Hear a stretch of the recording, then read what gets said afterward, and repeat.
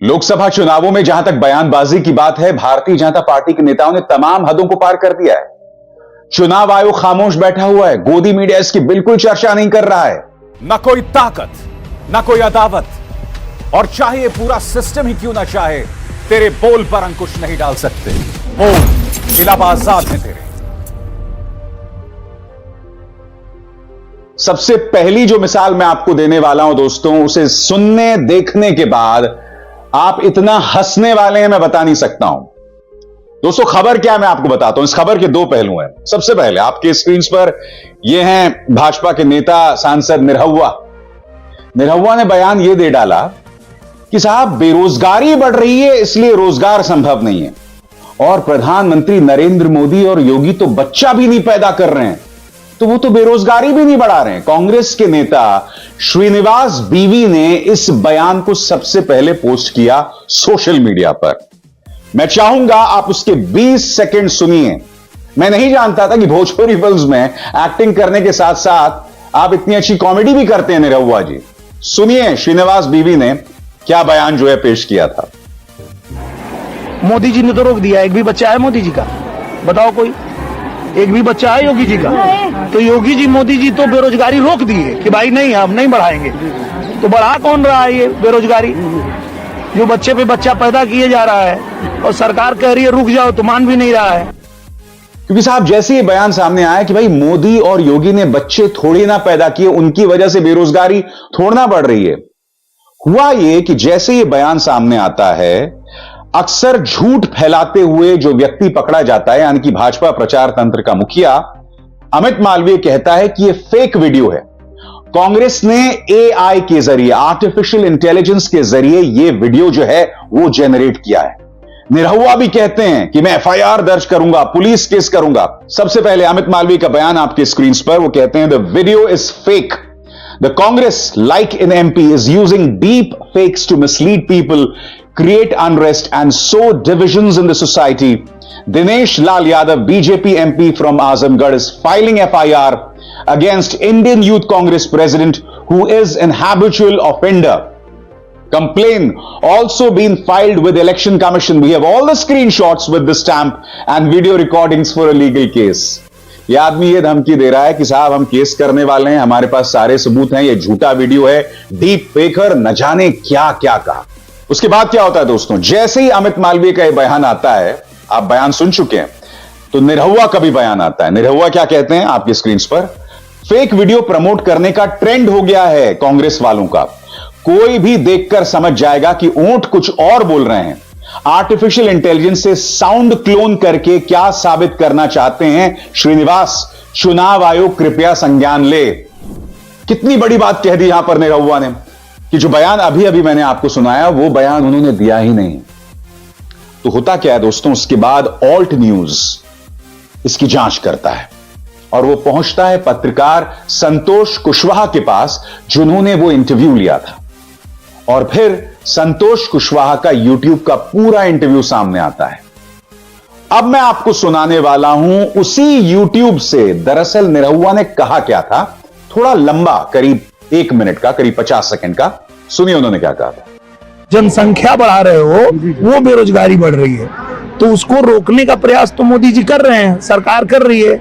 और जब वो नियम लेके आना चाहती है कि आप कम बच्चा पैदा करो, 2 ही बच्चा पैदा करो, तुम कह रहे हो कि तुम खुद बेरोजगार हो और 8 और बेरोजगार पैदा कर दे रहे हो। क्यों? खुद तुमको अपना पेट पालने नहीं हो रहा है, तुम कह रहे हो कि हम बेरोजगार हैं।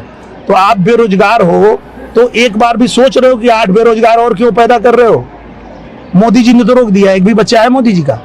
बताओ कोई एक भी बच्चा है योगी जी का? तो योगी जी मोदी जी तो बेरोजगारी रोक दिए कि भाई नहीं हम नहीं बढ़ाएंगे। तो बढ़ा कौन रहा है ये बेरोजगारी? जो बच्चे पे बच्चा पैदा किए जा रहा है और सरकार कह रही है रुक जाओ तो मान भी नहीं रहा है। तो बेरोजगारी रोकना है तो थोड़ा सुनिए, सरकार की भी सुनिए। तो ये इंटरव्यू लिया था पत्रकार संतोष कुशवाहा ने। इसमें साफ तौर पर आपने सुना, दूध का दूध पानी का पानी हो गया। अब जैसे ही यह हकीकत सामने आती है, निरहुआ का जो यह बयान था वो उसे डिलीट कर देते हैं, हटा देते हैं। ये देखिए डिलीट कर देते हैं। और मैं आपको याद दिलाना चाहूंगा कि भाजपा प्रचार तंत्र का जो मुखिया है अमित मालवीय, जो कई बार झूठ बोलते हुए पकड़ा गया है, यानी कि इसे यह सौभाग्य हासिल है कि ट्विटर ने कई बार इसके ट्वीट्स के बारे में कहा है कि यह गलत है, गलत है, गलत है। कई बार यह झूठ बोलते हुए पकड़ा गया है। इसके झूठ की दास्तानों पर बाकायदा लेख लिखे गए हैं, चाहे वो पूर्व प्रधानमंत्री मनमोहन सिंह हो, राहुल गांधी हो, शाहीन बाग हो। झूठ पे झूठ, झूठ पे झूठ, ये बंदा लगातार बोलता है। प्रधानमंत्री ने कहा था ना, झूठ बोलो, बार बार झूठ बोलो। उनका वो जो बयान है ना, उसका सही मायने में अनुसरण ये करता है। और कितनी बड़ी बड़ी बातें कर रहा था कि एफआईआर कर दूंगा, हमारे पास सारे सबूत हैं। कहने का अर्थ क्या है यहां? और ये खबर मैं आपको क्यों बता रहा हूं, इस पर कायदे से गोदी मीडिया को बवाल कर देना चाहिए था कि एक तो चोरी, ऊपर से सीना जोरी। बयान आपका खुद का और आप कह रहे हैं झूठा बयान है। दोस्तों, ये जो हो रहा है ना, ये कल्पना से भी विचित्र है। मैं फिर आपसे सवाल पूछना चाहता हूं, यह बात आपको क्या बिल्कुल भी अटपटी नहीं लगती? बयान निरहुआ ने दिया और देने के बाद कहते नहीं साहब झूठा बयान है, डीप फेक है, आर्टिफिशियल इंटेलिजेंस है, फेक वीडियो है। और फिर जब हकीकत सामने आती है तो डिलीट कर देते हैं अपना बयान। अब मैं अमित मालवीय से कहना चाहता हूं, मैं कार्यक्रम कर रहा हूं जहां मैंने आपको पूरी हकीकत बताई है। क्या कहना चाहोगे बताओ? वाकई भारतीय जनता पार्टी ने कमाल कर दिया है। अब मैं आपसे एक और सवाल पूछना चाहता हूं। बार बार चुनाव में संविधान को बदलने की बात की जा रही है। अमित शाह अपने चुनावी भाषणों में पहले प्रधानमंत्री नेहरू की याद कर रहे हैं, जो अब जीवित भी नहीं है। मणिपुर में बदतर हालत के लिए उन्होंने जिम्मा जो है वो नेहरू पर ठहराया है। सुनिए उन्होंने क्या बयान दिया। जवाहरलाल नेहरू ने आसाम को बाय बाय कर दिया था। कभी मणिपुर का सम्मान कांग्रेस ने नहीं किया। हजारों दिन तक यहां ब्लॉकेड रखा और 3 वर्ष तक मणिपुर बंद रहा था और सैकड़ों लोगों का फेक एनकाउंटर करने का काम इबोबी सिंह की सरकार ने किया था। मित्रों, इबोबी सिंह की नागा कुकी संघर्ष में 750 लोग मारे गए। मतई पेंगल संघर्ष में 100 लोग मारे गए और कुकी पाइते संघर्ष में भी 350 लोग मारे गए। भाई और बहनों, कांग्रेस ने मणिपुर को नाकाबंदी वाला राज्य बनाया था। अमित जी, पूरे सम्मान के साथ मैं आपको याद दिलाना चाहूंगा कि मणिपुर में हालात अब भी बदतर हैं और आपने अपने मुख्यमंत्री पर कोई कार्रवाई नहीं की, उन्हें पद से नहीं हटाया। दूसरी तरफ आप हेमंत सोरेन को जेल में डाल देते हैं, अरविंद केजरीवाल को जेल में डाल देते हैं और आप लोग पूरी कोशिश कर रहे हो कि भाई उन राज्यों में किसी तरह से राष्ट्रपति शासन लग जाए। मणिपुर आइडियल केस है राष्ट्रपति शासन का, मगर मजाल है साहब आप कोई एक्शन लें। और अब आप मणिपुर में जो हालात खराब हैं या जो असम में हालात हैं, उसके लिए आप जिम्मा जो है नेहरू पर उसका ठीकरा फोड़ रहे हैं। यानी कि जिस तरह का राजनीतिक संवाद चल रहा है ना दोस्तों, वो कल्पना से भी विचित्र है। कुछ भी उलूल जुलूल कहो, गोदी मीडिया इस पर कोई चर्चा नहीं करेगा, इस पर कोई संवाद नहीं किया जाएगा। और हां, पार्टी का हर नेता संविधान बदलने की बात कर रहा है, बार बार कर रहा है। वो संविधान जो बाबा साहब अंबेडकर ने पूरे देश को दिया था, उनकी कोशिशों, उनकी मेहनत, उस वक्त जो हमारे स्वतंत्रता सेनानी थे, जो कॉन्स्टिट्यूएंट असेंबली का हिस्सा थे, उस संविधान को बार बार बदलने की बात की जा रही है। सबसे पहले राम के नाम पर खुलेआम वोट मांगने वाले अरुण गोविल क्या कह रहे हैं? कायदे से इन पर चुनाव आयोग को एक्शन लेना चाहिए था, उन्होंने नहीं लिया। अब यह व्यक्ति संविधान बदलने की बात कर रहा है, सुनते हैं। संविधान जब हमारा देश का बना था, उसमें धीरे धीरे परिस्थितियों के अनुसार, काल के अनुसार चेंजेस हुए हैं धीरे धीरे, है ना। तो वो चेंज करना जो है वो प्रगति की निशानी होती है, उसमें कोई ख़राब बात नहीं होती, क्योंकि परिस्थितियाँ उस वक्त की कुछ और थी, आज की परिस्थितियाँ कुछ और हैं। हमें उसके हिसाब से अगर कुछ चेंज उसमें करना है तो उस, और संविधान को एक व्यक्ति की मर्जी से तो होता नहीं है चेंज, है ना। सबकी सर्वसम्मति होती तब चेंज होता है। अगर ऐसा कुछ होगा तो किया जाएगा। और बात यहां नहीं रुकती है दोस्तों।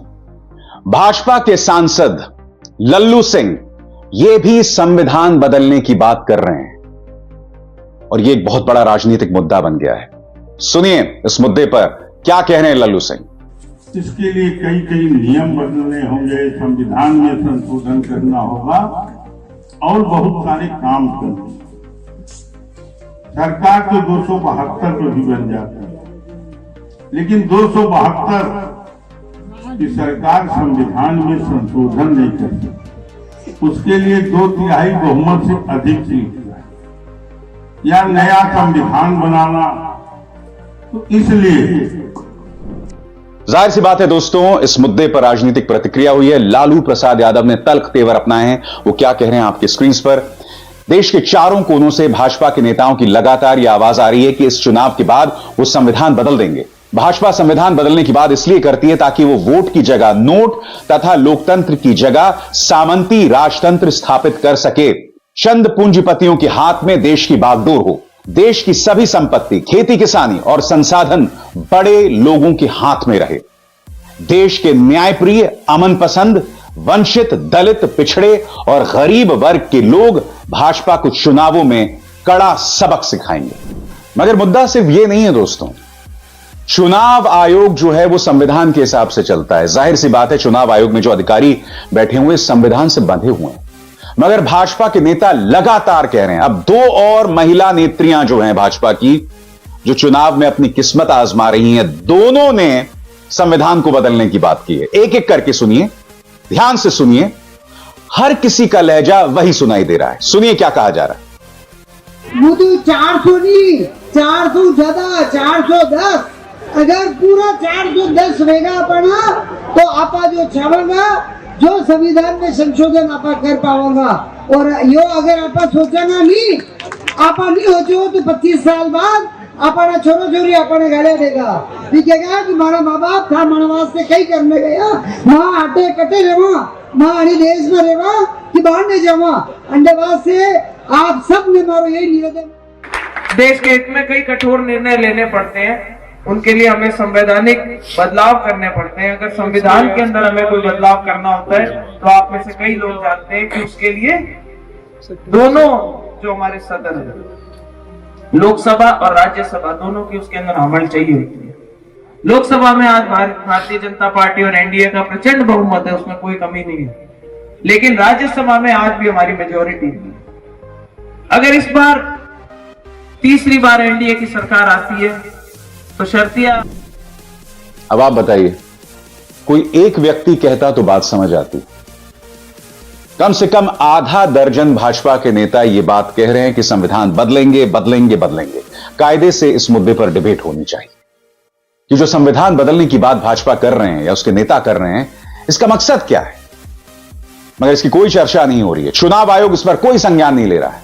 अनाप शनाप बातें निरहुआ करते हैं कि मोदी जी और योगी जी ने बच्चा थोड़ना पैदा किया है, उन्होंने बेरोजगारी थोड़ना बढ़ाई है, उन्होंने जनसंख्या थोड़ना बढ़ाई है।